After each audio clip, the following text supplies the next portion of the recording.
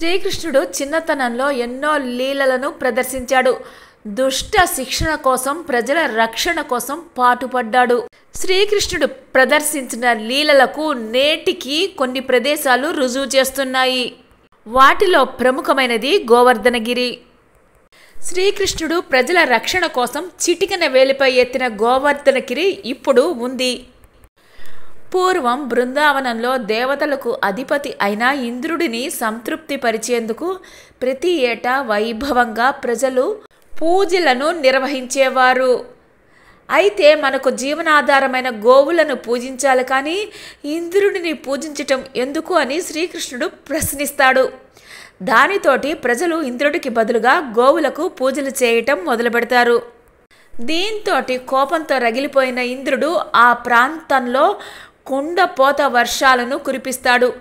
అప్పుడు కృష్ణుడు ఇక్కడి అతి పెద్ద గోవర్ధన పర్వతాన్ని తన చిటికెన వేలిపై ఎత్తి ప్రజలను, గోవులను దాని కింద ఉంచి రక్షిస్తాడు.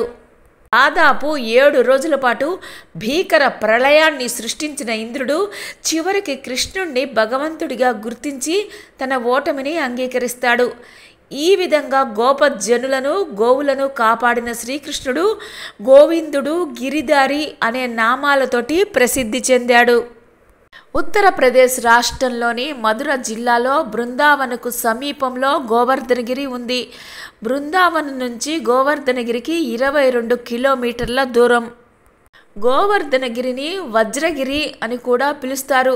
యమునా నది తీరాన ఉండే ఈ క్షేత్రం ఆధ్యాత్మిక శోభతోటి ఆకర్షణీయంగా కనిపిస్తుంది. గోవర్ధనగిరి ఉన్న గ్రామాన్ని గోవర్ధన్ అనే పేరుతోటే పిలుస్తారు. గోవర్ధన పర్వతం వద్ద చిన్న గోవర్ధన మందిరం ఉంది. ఇక్కడ ప్రజలు శ్రీకృష్ణుని దర్శించుకొని గోవర్ధనగిరి ప్రదక్షిణానికి బయలుదేరుతారు. ఈ గిరి చుట్టూ ప్రదక్షిణ చేయటం సాక్షాత్తు శ్రీకృష్ణుడి చుట్టూ ప్రదక్షిణ చేసినట్లుగా భక్తులు భావిస్తారు. ఈ పర్వతం నిలువుగా కాకుండా అడ్డంగా విస్తరించి ఉంటుంది. దీని చుట్టుకొలత దాదాపు 11 కిలోమీటర్లు ఉంది. అంటే గిరి ప్రదక్షిణ చేసేవారు 11 కిలోమీటర్లు చుట్టి రావాలి. పిల్లల నుంచి పెద్దల వరకు ప్రతి ఒక్కరూ ఈ గిరి ప్రదక్షిణ చేయటానికి ఎంతో ఉత్సాహాన్ని కనబరుస్తారు.